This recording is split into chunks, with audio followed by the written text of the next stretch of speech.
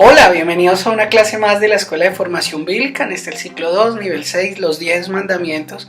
Y esta es la lección número 7 de la segunda tabla acerca del mandamiento número 6 que dice no mates. Sí, no matarás o no mates, como dice Éxodo 20:13 o Deuteronomio 5:17. Hemos mencionado el aspecto negativo de los mandamientos. Cada una de las leyes negativas tiene una consecuencia positiva.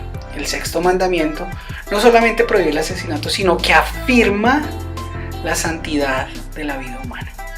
Las leyes de Dios protegen la vida, recuerde, Dios protege la vida. La vida es tan valiosa para Dios que Él declara que si se toma una vida, se requiere una vida, como dice Números 35, 29, 34. Esto, claro está, debe hacerse basado en la ley de Dios y de una manera bíblica. Como dice Números 35, 30, declara: cualquiera que diera muerte a alguno, por dicho de testigos morirá el homicida. Si esto no se hace, la tierra será contaminada, como dice Números 35, 33, 34. Se requería inclusive una vida si una persona era muerta por un animal. Si un buey corneara a un hombre o una mujer, a causa de ello muriere. El buey será apedreado, no será comida su carne, como dice Éxodo 22:28. El dueño era castigado por soltar el buey y el animal no sería capaz de cornear a nadie más. Este mandamiento no solamente afirma la santidad de la vida, sino que revela que es nuestra responsabilidad dar vida en todas las áreas de nuestras responsabilidades dadas por Dios. Note, la persona que sigue la vida da vida. En Deuteronomio 32, 39 Dios dijo: yo hago morir y yo hago vivir. Los individuos y las instituciones divinas de la familia, la iglesia y el Estado debiesen dar vida en sus áreas jurisdiccionales. Para la iglesia y los creyentes, esto incluye traer vida a sus vecinos, a las viudas, a los huérfanos, a los pobres, a los viajeros, a los extranjeros, al inmigrante, al indefenso y al necesitado. Y sobre todo, algo que estuvo muy en boga y lo tratamos en el mandamiento número 5, a los de la edad avanzada. También incluye construir edificios seguros, proveer bienes y ofrendas compartidas para los necesitados. Los gobiernos civiles, cuando sobre este mandamiento, no solamente castigarán la pena capital a los hombres malvados, sino que buscarán restaurar al mundo caído para que opere de acuerdo a la ley, verdad de Dios. Esto se llevará a cabo proveyendo un ambiente para el reino que Dios nos ha dado y para que éste avance. Continuamos. Recuerde que los mandamientos o las leyes de Dios no meramente restringen la acción del mal, sino que dan vida. Recuerda que Jesús dijo que para obtener vida eterna hemos de obedecer los mandamientos de Dios. Algunas personas se oponen en la actualidad a la pena de muerte, inclusive algunos cristianos, quienes dicen que es contraria a la naturaleza del mensaje de Cristo. Pero en la realidad, el principio básico de la pena de muerte fue fundado y establecido por la muerte expiatoria de Cristo, la que hizo claro que la penalidad por la traición del hombre para con Dios y su desviación de la ley de Dios es la muerte sin remisión. Si aceptamos la muerte expiatoria de Cristo, estamos aceptando la validez del castigo capital como medio para ejecutar la justicia de Dios en la tierra. Si la ley de Dios no requiere la muerte, entonces Cristo murió innecesariamente. Recuerde algo, este mandamiento el Señor nos lo da de la siguiente manera. Y quisiera que usted lo pensara por un momento alrededor de los principios bíblicos. Y es que en los lugares donde menos hay corrupción es donde está establecida la pena de muerte. Es la realidad de lo que el Señor permite en el uso de la vara por parte del gobierno. El asesinato. El asesinato es algo que el Señor no comparte. Para personas, por ejemplo, en la India, construir su casa representaría la muerte, perder sus vidas. Los hindúes de casta alta no eran perversos, son morales. Pero usted dirá: ¿cómo así que son morales? Si están matando a alguien para que es de una casta baja porque construyó una casa. Sí, son morales. Les obliga su creencia a proteger su religión. Y esto es que ellos, las personas de una casta baja, que no son de su casta alta, no puedan tener una casa. Lo cual incluye proteger su religión, lo que resulta en impedir que una persona de una casta baja intente equilibrarse con otra de casta alta. En un sistema no bíblico, digamos bajo el faraón, un israelí vivía por voluntad del gobierno. Un faraón podía mandar una partera a matar a un niño por el mero hecho de ser hebreo, y hubiera sido moral. Para ella el obedecer al rey era algo moral. Es una filosofía política bíblica. El gobierno existe para proteger el derecho a la vida del ciudadano. Fue Dios quien ordenó: no mates. El sexto mandamiento significa que aunque David era un rey ungido por Dios, no tenía derecho a arrebatar la vida de Urías. Todo ser humano tiene un derecho divino a la vida, del cual no puede ser injustamente privado. Dios es pro vida. Jesús dijo que Él había venido a dar vida y vida en abundancia. No obstante, Satanás, dice la palabra, es homicida. Juan 8:44 dice: ustedes son de su padre el diablo, cuyos deseos quieren cumplir.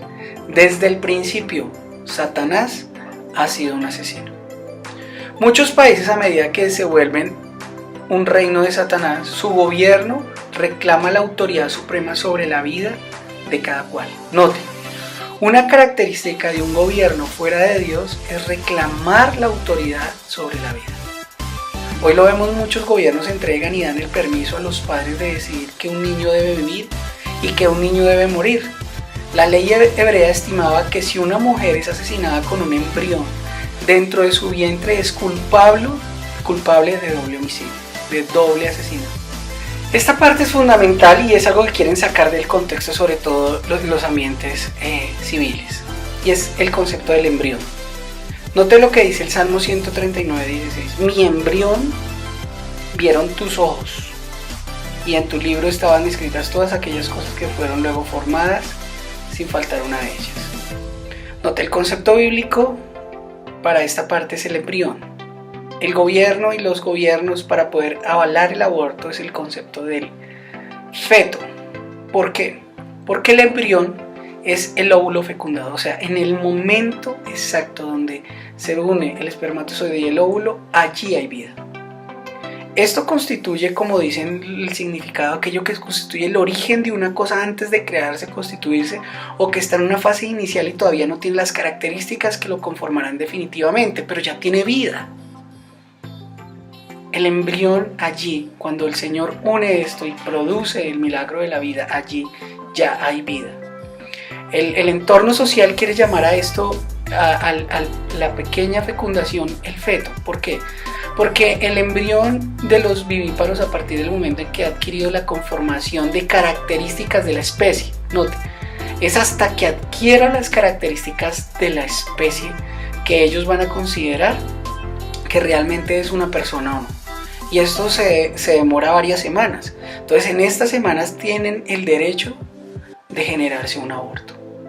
Y porque no se han dado todas las características humanas o las características finales para que se dé, que se sepa que es una persona. El aborto es la declaración del gobierno de entregar la decisión a los padres, especialmente a la madre, de asesinar o no a su hijo. Esta es una declaración directa de tomar posesión sobre la vida, la cual no debe tomar el hombre, pues no mates, dice el Señor. Las declaraciones pro aborto son declaraciones antidiscapacidad, por ejemplo. Mucho de eso tiene el concepto de ir en contra de los discapacitados, anti-asunción de responsabilidades, pues lo que motivan es que si usted ya cometió un error, pues arréglelo y ya. Antifelicidad, porque cualquier mujer en muchas de estas situaciones, por eso no quieren pensar en el embrión, puesto que esto genera felicidad, genera alegría, que genera un cambio en la mujer, por eso no quieren dejarlo avanzar. Es un atentado directo a la esencia de Dios, porque Dios dice: yo soy la vida. Esta es la gran diferencia en las políticas pro aborto, el embrión o el feto. La sociedad quiere llamarle feto para darle más tiempo a lo que considera un suicidio o no. La asistencia a los ancianos se hace cada día más costosa, que es un punto fundamental.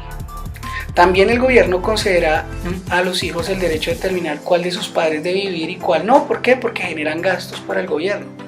Aquí es donde aparecen filosofías como la eutanasia, el derecho a morir dignamente, donde el hombre decide quién vive y quién no, de acuerdo a sus razones.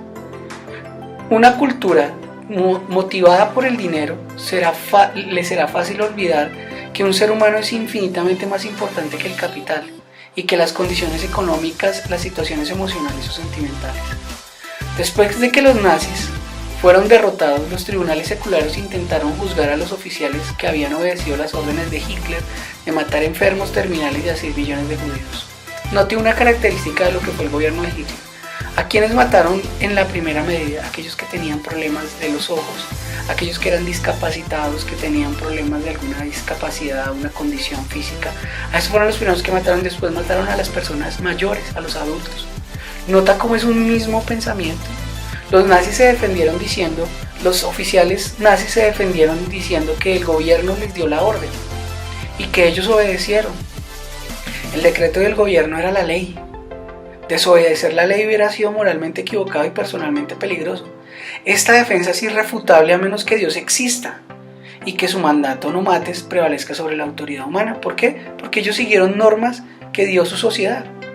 Servir a los pobres debemos hacerlo todos, claro, pero ¿por qué los pobres son cada día más pobres?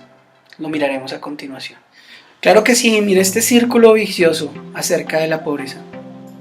¿Sabe por qué la gente cada día es más pobre? Una de las condiciones más alrededor de países que no siguen los principios de Dios, por las bandas armadas. Tener riqueza es invitar a los ladrones a que actúen contra ellos o contra nosotros. Mucha gente prefiere seguir siendo pobre o abandonar los pueblos o las aldeas para establecer un ambiente más seguro en otro lugar, que regularmente piensan que es un lugar más seguro, una ciudad. Pero una persona desplazada no llegará al mejor lugar de la ciudad, buscará algo de acuerdo a su pobreza y se encontrará con la misma realidad, solo que ya no tiene su tierra y sus animales para sostenerse, y seguirá el círculo de pobreza aún peor.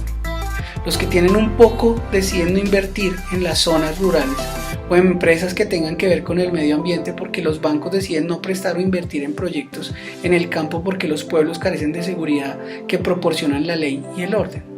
Una sociedad incapaz de defender la seguridad de la vida humana como prioridad máxima no puede esperar sobrepasar la pobreza. Por tanto, el mandato de no matar es fundamental para la prosperidad de un lugar. La ley de Dios ofrece protección a la vida y a la familia. Este es el propósito del séptimo mandamiento. Ha sido un gusto compartir con ustedes, espero sea de bendición este video. Nos vemos en la próxima clase, Dios les bendiga, hasta luego.